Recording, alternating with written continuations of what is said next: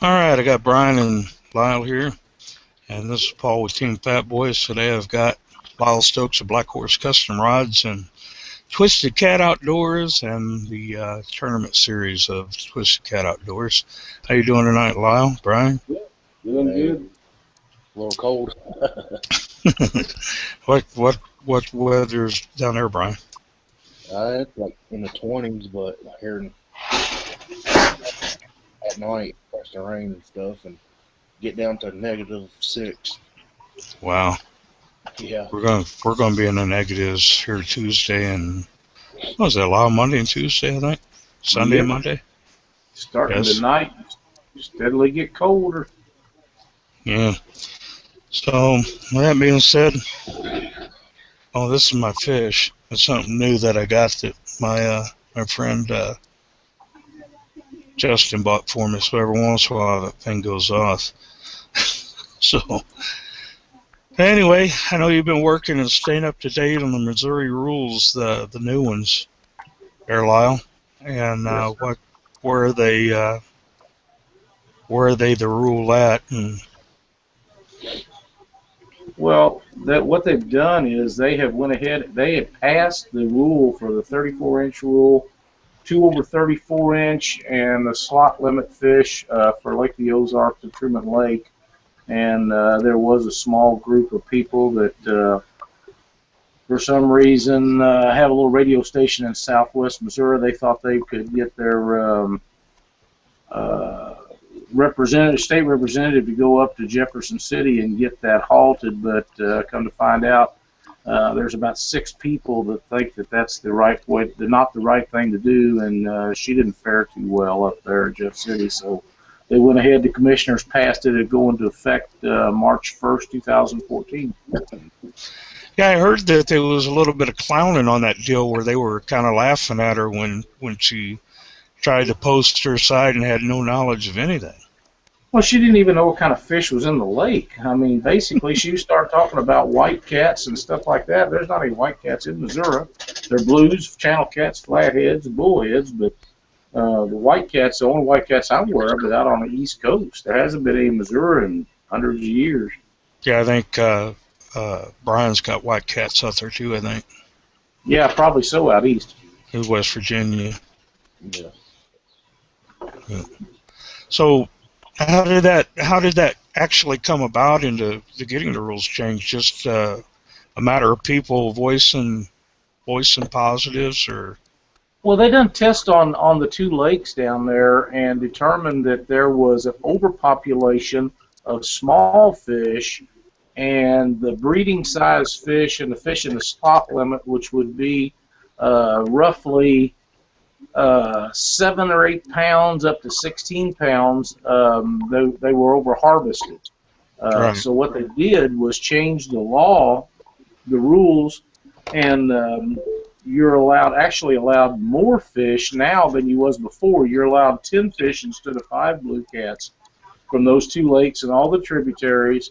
2 over 34-inch per day per person. None in the slot limit, like I say, which is roughly 8 to 16 pounds. You can't take any of those out, but you can have up to 10 of the others, including 2 of the big fish, and people can say what they want. When blues get big, they get real strong tasting and they're rubbery. The meat's rubbery. The best ones to eat are the small ones, anyhow. So you get to keep more fish, and you save the breeding size fish and let them get up to the size where they can actually breed and be productive breeders.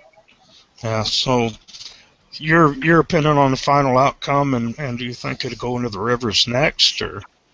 Well, right now the Conservation Department has told me that they are doing a study on the Mississippi River from the Iowa line to St. Louis, and they're also doing studies on the Missouri River from where it comes into the state on the west side to St. Louis, where it dumps into the Mississippi.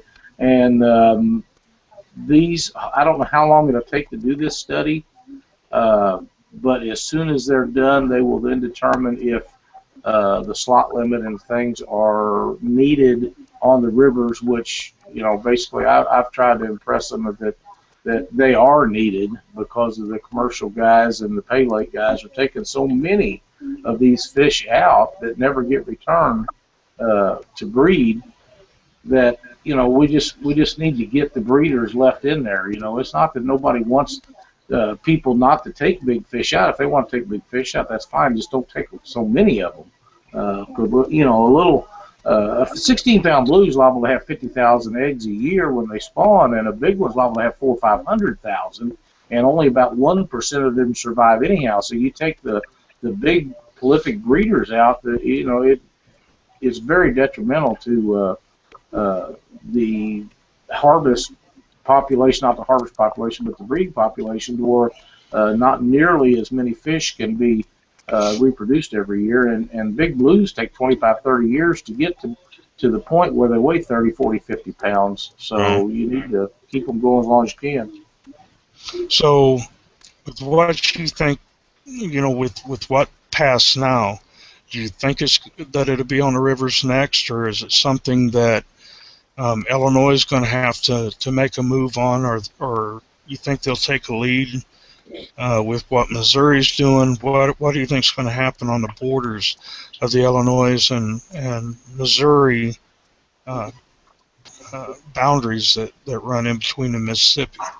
Well, we're hoping that they'll work together. There's some speculation, and I know some people I have some good friends that actually deal with the Illinois Conservation Department, and the guy that actually run that for several years has led everybody to believe that stuff was not needed, and when they all come to the meeting with his superiors, they found out that he'd never passed the information that he actually had along to others above him, so they wasn't aware of what was going on in the Alton, St. Louis area. Now that that's been going on, they are looking at, Illinois is actually looking at a deal for a trial slot limit 34-inch thing that we'll find out if they're actually going to try that this year. But if the two of them can come together, we can get something done. Always before, it's been a problem because in the state of Missouri last year, there was only 6 licensed legal commercial fishermen in the whole state. The rest of them all come from Illinois. The issue with that is they buy Illinois license, and there's hundreds of them. The guy in Alton actually is a commercial fisherman himself, who is over the rivers down there. And they don't have boat ramps in Illinois like they do in Missouri. So they come over here, they put in on our water, and then they find these holes that holds thousands and thousands of blue cats in the wintertime. And with the electronics and the technology we have now, they'll find one of them and they'll clean it out and go to the next one. So they're taking 5, 10, 20,000 pounds of fish out of there every 2 or 3 days until that hole's done, and then they just move to the next one. They keep finding them until they're all gone. Right.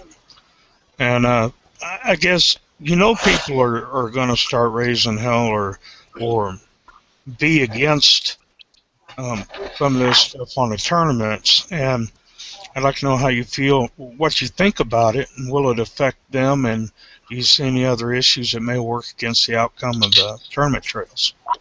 Well, we fished a lot of tournaments. Cindy and I was in 8 states this year fishing tournaments and different things, and the places that we've been, all of the places from North Dakota, Wisconsin, down south in some of the southern states, Alabama being one of them, that have these 34-inch rules and slot limit fish. It's not a big deal because it's the same thing in tournament fishing for everybody. Each person is allowed 2 fish over 34 inches. In Twisted Cat tournaments, we're only allowing people to keep 3 fish per day anyhow, because a lot of the waters we fish, the fish are so big. If you get 3 40 or 50, 60-pound fish, most people don't have live wells to accommodate them safely. So there is some that do, but when you get a 5-fish limit at a lot of these tournaments, you get 5 50-pound fish. There's very few people that's got a live well that will sustain that. So the spot limit, if you just have a 2-man team, you're still allowed 4 fish over 34 inch, 2 per person. So you got I don't see how it's going to affect it, because everybody's going to be allowed 4 big over 34-inch fish, and then you get your closest to your slot limit size, and go from there. But most places you're not going to get 5 giants in one day anyhow, and you're No, just not going to be able to keep the slots. I mean, that's all we do. You can't. You're not. I wouldn't say that. I wouldn't say that because we know Danny. Well, Danny's an exception to the rule. He's kind of an animal. But he's only allowed 2 because he fishes by himself. And that's his. Yeah, that'd be an issue for a guy that fishes by himself, because they would only be allowed 2 fish. But Danny's very conservation minded and very open to all this stuff, so he's aware of what's going on. I've visited with him numerous times. Maybe I need to worry about getting him drunk and taking me out on a tournament run. Danny Take my camera. He's one of the premier fishermen in the country. People that don't know Danny Salfin should see some of the records that he set. He holds a Twisted Cat Outdoors record on a 3-fish limit. He caught 2 years ago 195.2 pounds on 3 fish. I mean, it's amazing. I think if he opened up a guidance service, I think I'd jump right on it myself. But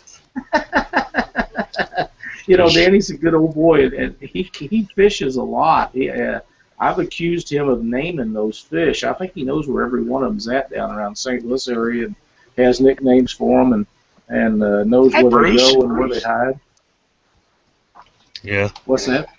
I said, "Hey, Bruce." Yeah. Oh, nice to see you again. Just like my talking fish back here. He's probably caught some of them 5 or 6 times, You never know.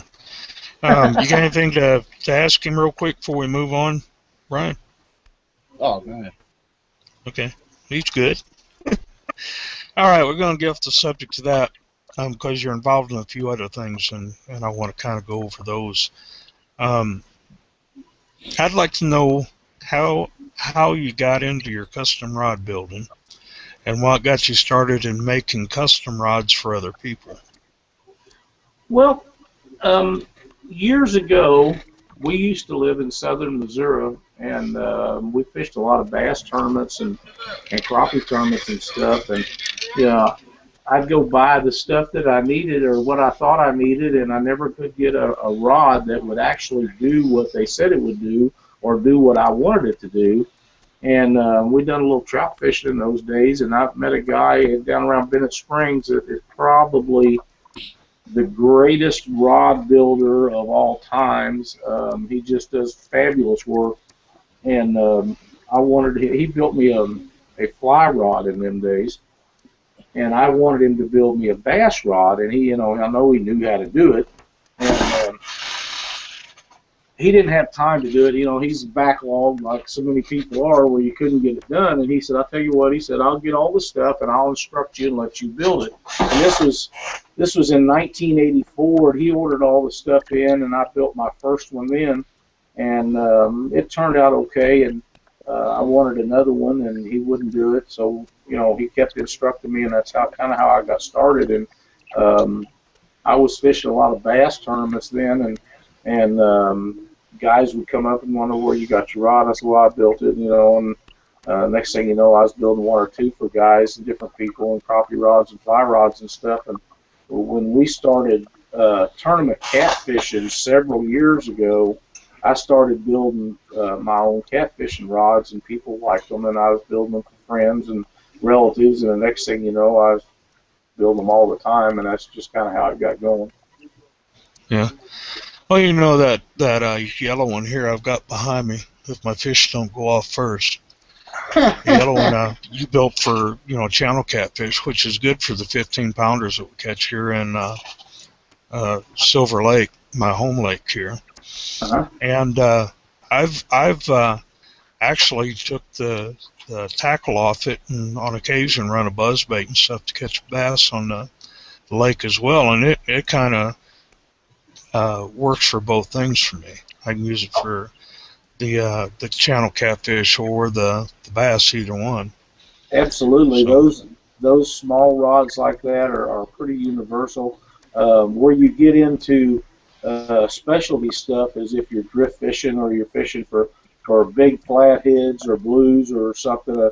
For the average channel cat in our area, it doesn't take a monstrosity of a rod to catch channel cat. Now, if you get up the Red River with Brad Durick, or up in Wisconsin with Jerry and them, where they've got 25 and 30-pound channel cat on a pretty regular basis, then these bass rods just won't take that abuse for any length of time.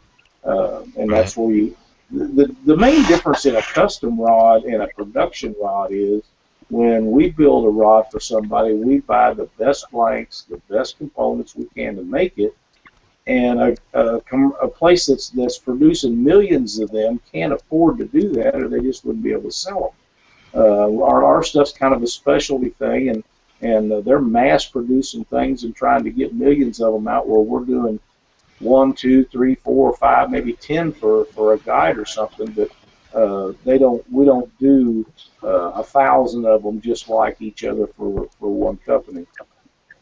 Right. What is the price ranges like for 2040?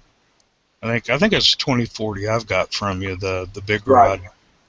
They start at $150 plus shipping, and that includes a good quality E-glass blank and stainless brace guides, any kind of grip material that you want on it, basically cork, EVA foam, cord, which is by far become the most popular, a good quality graphite reel seat, a butt cap on it, and basically anything you want on your decal, your name or club or whatever like that.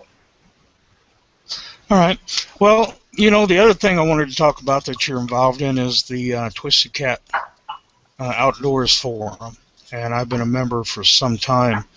I was kind of wondering how that come about. How long's it been up, and be candid on the reason. Okay, well, the reason that the Twisted Cat Outdoors web forum has been on, I believe this is the 6th year. I really haven't kept track of the time, the factor on it.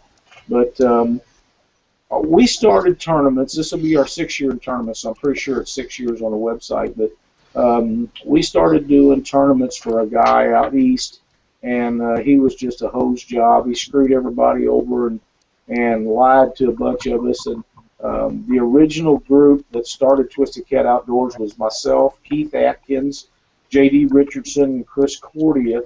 And we was involved with several websites, and all of us was always getting banned from one reason or another, or somebody was telling us stuff and not holding up their end of the bargain, and different things. And I was sponsoring people and giving them rods for giveaways, and they was actually keeping them for themselves. And I'd ship stuff out to them, and they were supposed to give them to people that paid for them and didn't give them to them, and it made me look bad. So we just basically split away from all the other websites and started one of our own. I had an injury and had a shoulder surgery, and I was tied up, so I had nothing better to do than work the website. And Steve built it up for us, and we took off. And the next year we started doing the Twisted Cat tournament series, and basically the web forum was just to promote the tournament series, and it just kind of grew from there. I think we've got somewhat over 1,800 members now, and we could have a lot more. I just don't push the issue because the people we got, for the most part, are serious cat fishermen, mostly tournament fishermen, and very knowledgeable and willing to share their knowledge, where a lot of them other guys are just keyboard fishermen, and they don't care if they share anything or if anybody learns anything or not. And most of our members are very, very knowledgeable and willing to pass their good knowledge along. Right. Well, let's see, what else we got here, Lyle? I know I was going to hit you up some other stuff here.